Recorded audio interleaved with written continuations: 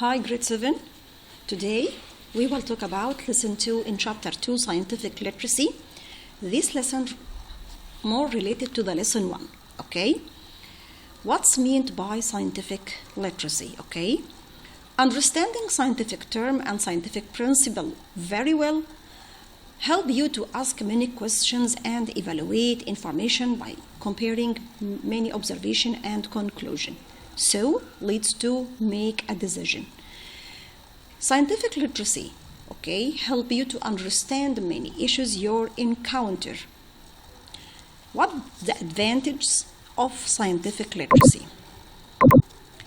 You will be able to identify good source of scientific information and evaluate them for accuracy, then applying the knowledge to the question or problems in your life. So the benefits or advantage of having scientific literacy help you detect the good source of scientific information you obtained and then evaluate them to make sure for accuracy and then apply the knowledge you have to the question or the problems in your life. For example, science taught us water is good electrical conductors. So when we face electric fires in our home, we can't use water to put off these fires, okay? But we use extinguishing fire or sand to put off the fire. So science or scientific literacy help you to solve many problems in our life. To evaluate scientific information and identifying the good source of scientific information, you must distinguish between evidence and opinion.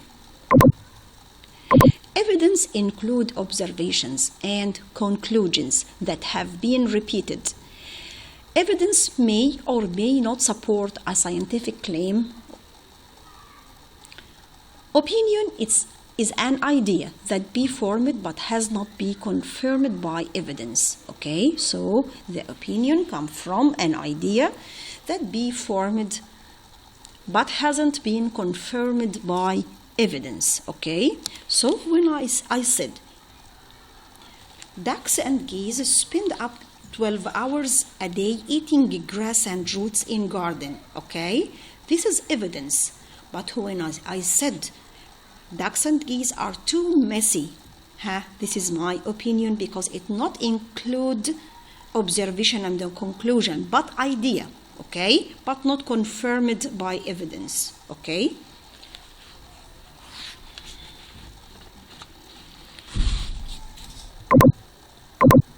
How do you analyze scientific claims? If you have a scientific claims or scientific research and you wanted to analyze them, okay, scientific literacy gives you a tools to analyze scientific claims by. Number one, when I have a research, I wanted to analyze it, okay, looking for bias, search for bias and errors in the research, okay. After that, evaluating data. And number three, identifying faulty reasons that may be built on too little data. So again, the scientific literacy gives you the tools to make analyzation for many scientific claims or many scientific research by looking for or searching bias and errors in the research in front of you and evaluating data and identifying faulty reasoning that based on too little data.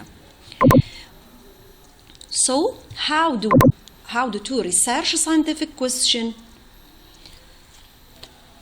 How to ask you or make a research about scientific questions, okay? To make a decision in your life, okay, you need to make research. For example, suppose your knee is injured and doctors give you a choice of treatment. You need to research before deciding, okay, make a decision. So in science, you also need to do research to design an experiment or to make a research. So you need to having relevant and reliable background information. Okay? Relevant information means a knowledge, a background knowledge that relate to the question, and it comes from scientific terms, scientific reason, and also scientific laws. But reliable information comes from organization, okay, that is not biased, or come from the person that is not biased also. Generally, universities, museums, and government agencies are source of reliable information. For example, when we need information about astronomy or outer space, we obtain an astronomical knowledge from NASA agency. Okay. Also, we have agency, government agency can help you to become informed consumer, like the Food and the Drug Administration and the Federal Trade Commission help make sure that you know everything about food and other products before you buy them. So this agency give us reliable information. Okay? Thank you, grade 7, for your listening, and goodbye.